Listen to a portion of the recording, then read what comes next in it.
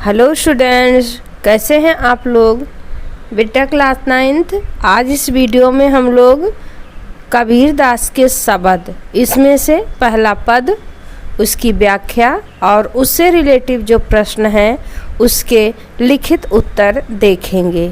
तो पद है, मोको कहाँ ढूंढे बंदे, मैं तो तेरे पास में, ना मैं देवल ना मैं मस्जिद, ना काबे कैलाश में, ना तो कौनो क्रिया कर्म में, नहीं योग वैराग में, खोजी होए तो तुरतय मिली हूँ पल भर की तलाश में, कहाँ कबीर सुनो भाई साधो सब श्वासों की सांस में। सबसे पहले इसकी वर्ड मीनिंग जान लेते हैं। मोको मुझको, देवल देवालय, क्रियाकर्म कर्मकांड, योग वैराग्य, मिली हूँ मिलूँगा, श्वास सांस, तुरतय तत्काल। संदर्भ है, प्रस्तुत पद हमारी पाठ्य पुस्तक क्षितिज भाग 1 के पद शीर्षक से उद्धृत है। इसके कवि संत कबीरदास जी हैं। प्रसंग है, इस पद के माध्यम से कवि ईश्वर का निवास स्थान बताने का प्रयत्न कर रहे हैं। भावार्थ है, ईश्वर मनुष्य से कह रहा है, हे मनुष्य, तुम मुझे कहाँ कहाँ ढूंढ रहे हो, मैं तुम्हारे पास ही हूँ। मैं ना तो किसी मंदिर में रहता हूँ, ना किसी मस्जिद में, ना मक्का मदीना और ना काशी कैलाश जैसे तीर्थों में।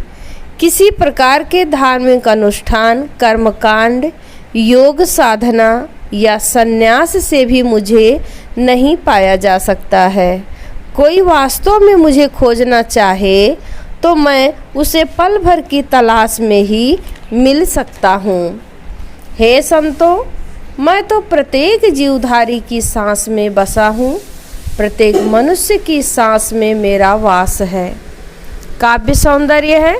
नंबर 1, सरल भाषा में बताया गया है कि ईश्वर कहाँ हो सकते हैं और उन्हें कैसे पाया जा सकता है। नंबर 2, अनुप्रास अलंकार का प्रयोग हुआ है।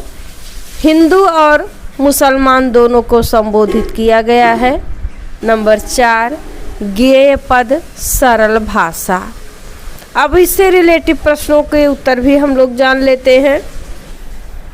पहला प्रश्न है, मनुष्य ईश्वर को कहाँ कहाँ ढूंढता फिरता है। उत्तर है, मनुष्य ईश्वर को मंदिर, मस्जिद, पूजा स्थल, काबा काशी जैसे तीर्थ स्थलों में ढूंढता है।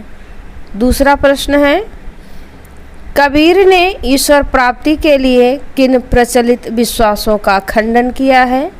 उत्तर है, ईश्वर की प्राप्ति के लिए निम्नलिखित विश्वासों का कबीरदास जी ने खंडन किया है। नंबर 1, देवालयों मंदिरों में ईश्वर मिलता है। नंबर 2, ईश्वर मस्जिद में उपासना करने से मिलता है।